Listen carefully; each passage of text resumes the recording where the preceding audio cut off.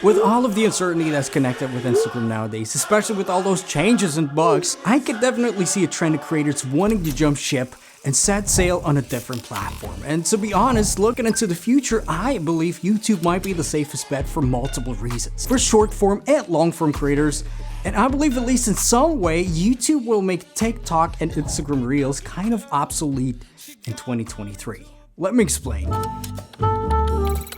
Imagine you go to a restaurant, you're hungry, and immediately, without giving you the menu, they just give you some dish they think you might like. You might have to give it back to get another one, but you'll still have no active choice in what food you're gonna get. So if given the choice, you'd probably choose something totally different to eat. Now, which restaurant would you be more inclined to go to over and over again? The one that makes assumptions and serves you random food, or the one where you sit down and actively choose the dish you actually want to eat? The first one, of course, right? I'm kidding. Anyway, that's basically the same Instagram and TikTok are doing right now. Throwing a bunch of random stuff at you. And yes, these algorithms are pretty good at showing you what you like, but just on a subconscious level, I believe it makes a big difference having an actual choice, which is why I believe this whole system and the YouTube algorithm here is designed in a way that it's just generally better to build a relationship between the creator and the audience, and to also make that relationship we have a lot closer. We call this the parasocial relationship.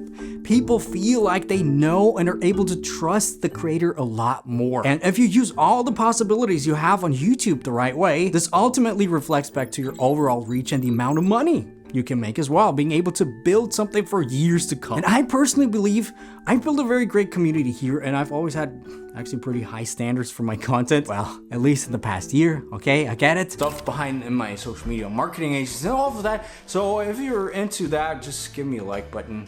I don't know what's wrong today anyway. Subscribe. Now, I wouldn't be where I'm at today without being able to rely on data, track my analytics, and see why things worked or not. Something we've been doing with the clients in my mentorship program right now as well. And if we compare Instagram's data sets to the whole suite YouTube actually gives you, I think we can all agree that this is where it's at, or this is where it's supposed to happen anyway all the time up until now. I mean, how is it possible that we still don't have a retention graph on Instagram, on Reels? I mean, this is the whole analytics that we got for Reel. Even though we've had the retention graph before with IGTV, I just can't understand it for the love of God. And yeah, actually, I believe it's going to be one of the main issues that'll make serious creators leave the platform for YouTube, for example. TikTok, by the way, has a lot better analytics as well. The retention graph is there, but still nothing compared to YouTube. I mean, just take a look at this. Not only are we able to see actually what's going on, they actually show what's going on. Well, it's a little lower than usual, but we're actually getting super deep insights about basically everything. When people dropped off, we can also dissect each video to see where exactly people discovered it. We can even go further, group different buckets together to go really deep.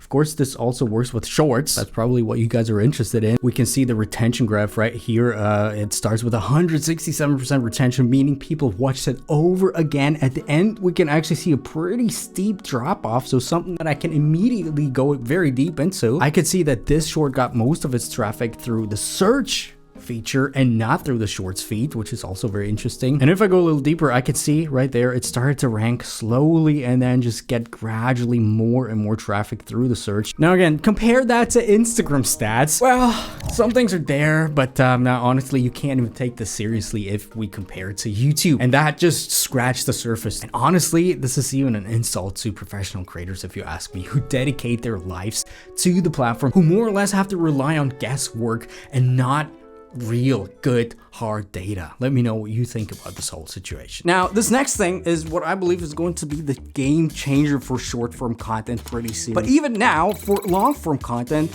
there's just no other thing like it anywhere on social media.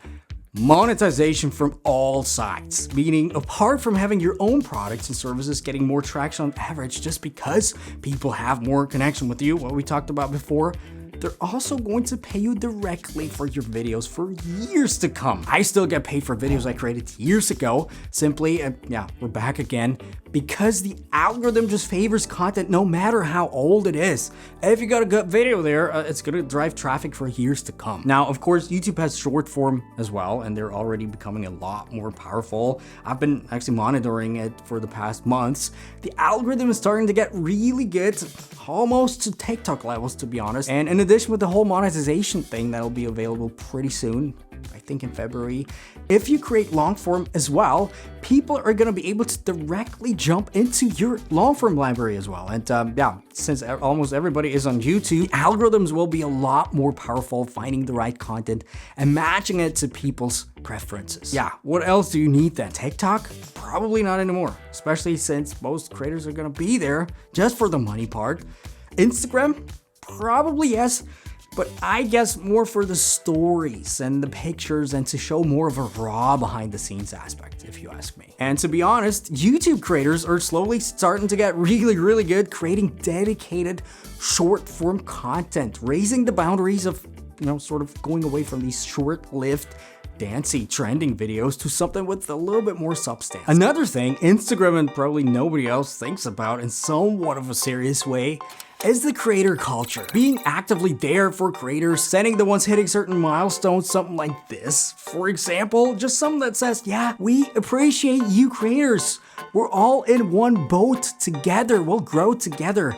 Yes, obviously, it is there on other platforms a little bit, on Instagram and TikTok, but compared to YouTube, compared to this, is it really? Now, one thing that keeps so many creators and Instagram users up at night is what I would call future proofability. Is that even a word? Or let's just call it algorithm safety. Instagram, well, yeah, lots of changes. We don't really know what's going on anymore, and they probably don't know as well. IGTV, yes, awesome, hello. IGTV, goodbye. Just Reels are important anymore. We're not a photo sharing platform. Oh, sorry, not true. Photos are a thing again now. Followers? Well, not too important anymore because we prioritize content only and we give you suggestions.